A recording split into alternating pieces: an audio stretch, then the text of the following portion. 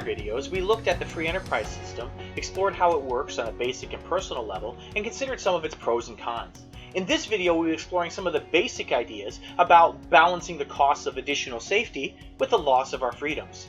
The pharmaceutical industry is perhaps an easy way to see where there are competing ideas for balance versus a fully regulated economy or a free economy. On one side, you would have what some would call the Wild West of industry, where a company can make any drug they want, they can claim it does anything that they want, and people can buy or use anything they desire without any regulation. If you want it, and you can get someone to make it for you, you can have it. This would be completely free.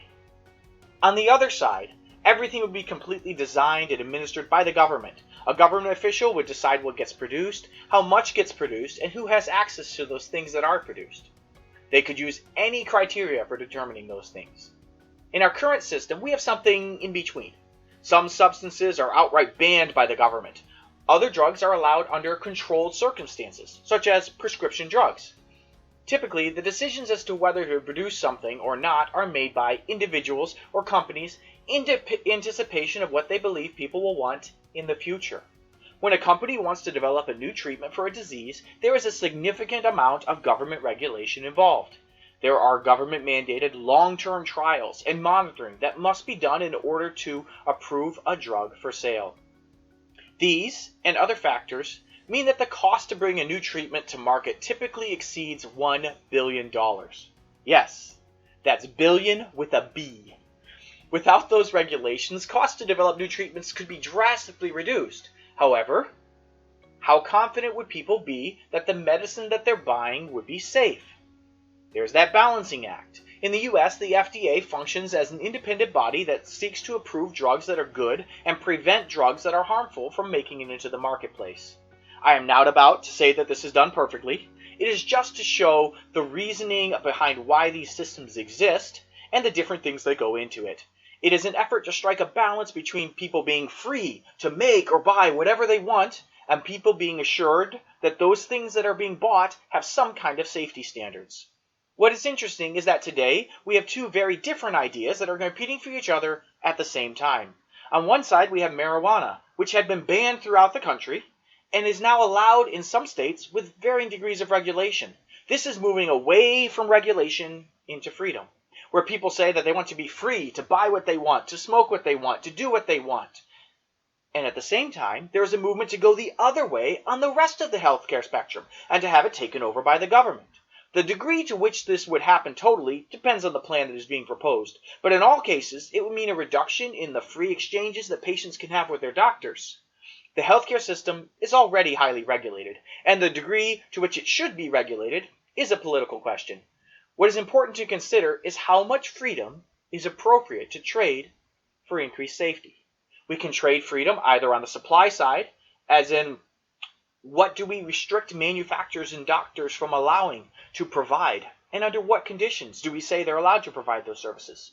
Or we can trade freedom on the demand side as to what consumers are allowed to do.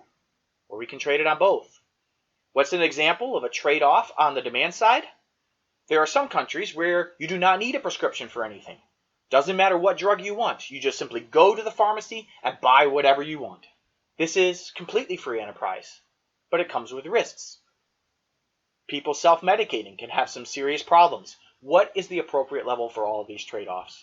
I'm not here to give those answers, but just to get you thinking about these things. Regardless of the economic system, we must remember that no drug ever developed itself. And the way the free enterprise system works is primarily because people who all have differing talents, different abilities, work on things that they are particularly good at and trade for things that others are good at. A researcher who develops a new treatment rarely will ever benefit from that treatment directly.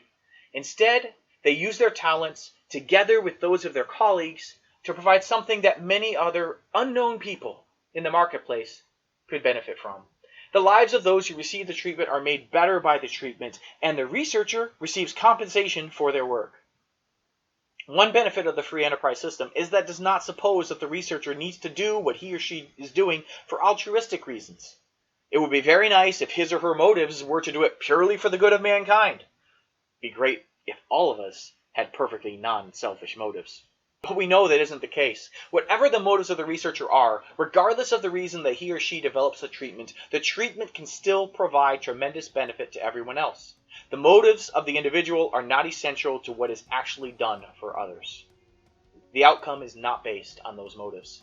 And this isn't a statement on whether the compensation is appropriate, nor a statement that every treatment is successful. Certainly there are many drugs that do make it into the marketplace that have issues. They cause problems. Sometimes that's known and there's some malfeasance involved. Sometimes it's unknown.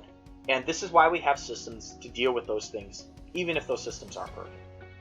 What is important, though, is to realize that we have made tremendous advancements in treatments, such that we are now treating things that ordinarily wouldn't have been much of an issue because none of us would have even been alive to experience those problems. Life expectancy has risen dramatically over the last century. It has happened with each individual cooperating with others to produce something that is good for the whole. It hasn't been perfect. My motives aren't always perfect. If anyone tells me that their motives are perfect, I know two things. Either they don't know themselves very well, or they're lying. In any event, though the free enterprise system, people make choices. Sometimes they do wrong things and it harms others. Sometimes they do right things. The free enterprise system is not perfect because humans are not perfect. As a whole, though, we have seen in the last 100 years an explosion in knowledge, life expectancy, and good in almost every metric. No other system has done so much good. There will always be debate as to where the best balance sits for regulation versus free enterprise. This will always be a push and a pull. But I hope that from these videos, you now understand a little bit more about the free enterprise system and how you, individually, with your individual choices, play a major role in this world around you.